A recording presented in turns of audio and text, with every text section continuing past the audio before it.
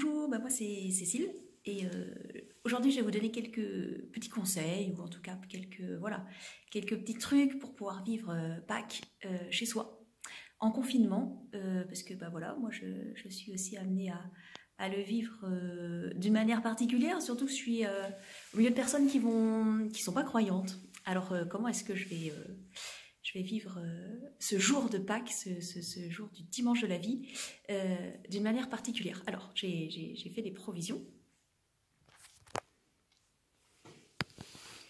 Alors, j'ai préparé de quoi m'habiller de manière particulière, parce que c'est la fête pour le Seigneur. Voilà, c'est la fête pour le Seigneur, et on s'habille d'une manière à marquer que ce jour est vraiment particulier. C'est le jour que fit le Seigneur. Et il l'a fait pour nous. C'est aussi le jour où nous sommes renés, nous sommes nés dans la mort et la résurrection du Christ. Nous renouvelons notre promesse du baptême. Et du coup, il faut vraiment marquer que c'est un jour particulier, que c'est un jour de fête. Ça me fait un peu penser à un ami qui a été hospitalisé dans un service de psychiatrie. Et il me disait, mais pour pas perdre le sens de Dieu, chaque dimanche, je m'habillais en costume. Alors ça faisait très bizarre dans le service, tout le monde était en pyjama.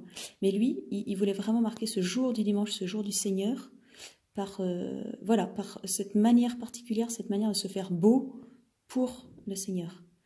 Voilà, donc ça, des vêtements de fête, et les chaussures qui vont avec, je vous les montre pas. Voilà, et comment faire pour, vivre ce jour particulier, alors aussi de quoi se nourrir, hein, et de quoi améliorer aussi améliorer ou en tout cas changer le coin prière qui a été fait pendant toute la semaine sainte.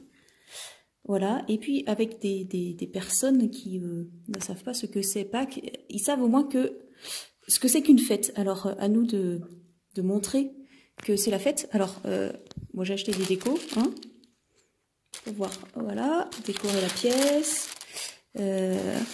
Voilà, les dernières courses avant le confinement. Voilà, ça peut paraître un peu païen tout ça, mais voilà, les gens ils savent très bien ce que c'est une fête et ils savent très bien ce qu'on fait quand on fait la fête. Et alors on décore, on met de la couleur, une nappe particulière aussi par exemple, des couverts particuliers pour le repas, ça peut être envisagé. Voilà. Éventuellement des bougies, parce que ça les gens sont très sensibles au signe de la lumière, au signe de la bougie, et ça va nous rappeler le cierge pascal qui a été allumé dans la nuit de Pâques. Voilà comment est-ce qu'on fait la fête, un peu d'alcool, mais avec modération, hein. Voilà, on marque la fête de manière sobre, parce que c'est pas la peine de se saouler, de perdre la raison, cette raison que le Seigneur est venu renouveler et sauver. Et puis, on pense, si vous êtes avec des enfants ou avec des grands enfants, on peut faire une chasse aux œufs aussi. Voilà.